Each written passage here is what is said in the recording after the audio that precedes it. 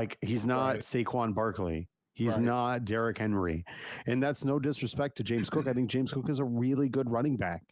And maybe he gets to that point. But you know, if I regret that decision after next year that I didn't sign him to that contract now, then, we'll get there and I'll be more than willing to pay him that money because he's proven it. But like at this point, if I pay him $15 million next year, James Cook is going to be the number 2 highest paid running back in the game.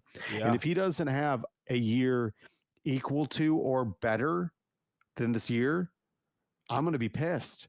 I'm going to sit there and say, why did I spend that money on James Cook when I could have used it elsewhere? I could have gotten cheap running back. I mean, you're paying what, $1.5 to $2 million a year for a rookie?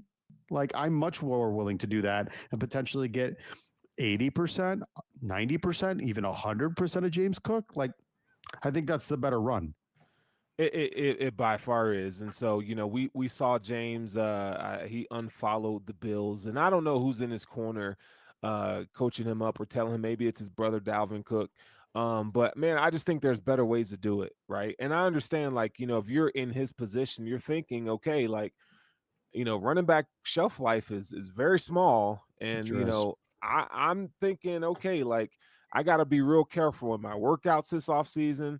And if they don't give me a contract and they expect me to come out here and play, I mean, that you really have to question, okay, like an injury, a major injury, and he could be like he's toast in a sense where he's going to ruin his earning potential. So, with that being said, TD, Mhm.